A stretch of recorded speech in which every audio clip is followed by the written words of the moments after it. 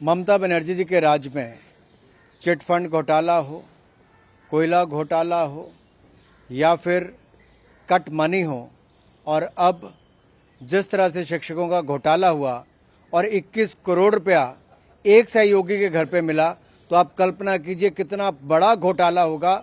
ममता बनर्जी जी भ्रष्टाचार के रिकॉर्ड तोड़ रहे हैं। ममता बनर्जी और अरविंद केजरीवाल जी में होड़ लगी है कि कौन ज़्यादा करप्शन करता है। केजरीवाल जी ने डिपार्टमेंट कोई नहीं रखा, लेकिन बाकी मंत्रियों को डिपार्टमेंट देकर पूरी खुली छूट दे रखी है लूट करने की। मनीष सिसोदिया जी ने भ्रष्टाचार जो किया है, जो शराब की कंपनियों को जिस तरह से खुली छूट दी गई, 144 करोड़ रुपया वापस किया गया, ये अपने आप में दिखाता है पंजाब चुनाव से पहले कितना बड़ा घोटाला आम आदमी पार्टी ने किया, और उस पर पर्दा डालने का काम किसी और ने नहीं, स्वयं अरविंद केजरीवाल जी ने किया है। जो पहले भ्रष्टाचार के खिलाफ कभी बात करते थे राजनीति में आकर, खुद भ्रष्टाचार में इतना डूब गए हैं कि आज जवाब नहीं दे पा रहे हैं। कभी सत्येंद्र जैन, तो कभी मनीष सिसोदिया, तो कभी कोई और, एक के बाद दूसरा आम आदमी पार्टी का नेता भ्रष्टाचार में डूबा हुआ पाया मिल रहा है। तो ममता बनर्जी जी कहां पीछे रहती।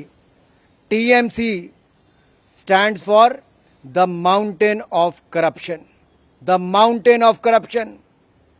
एक भ्रष्टाचार का बड़ा पहाड़, एक अड्डा तृणमूल कांग्रेस बन गई है, उनकी सरकार बन गई है, जहां करोड़ों की लूट होती है। ममता बनर्जी जी मूक दर्शक बनकर चुप रहती हैं, और उनके शासन में प्रशासन को लूट की खुली छूट है, उनके मंत्रियों को लूट की खुली छूट है।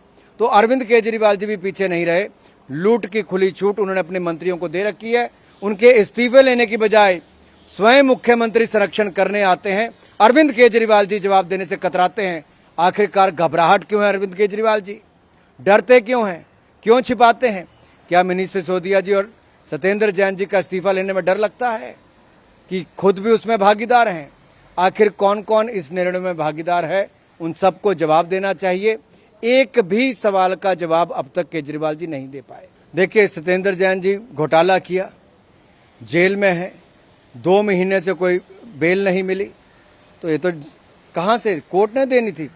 उनके ऊपर गंभीर आरोप हैं, तथ्य हैं, सबूत हैं। अब वो कहते हैं कि उनका मेमोरी लॉस हो गया, याददाश्त एक की नहीं अगले की भी चली जाएगी, क्योंकि घोटाला किया है, जवाब दे नहीं पाएंगे।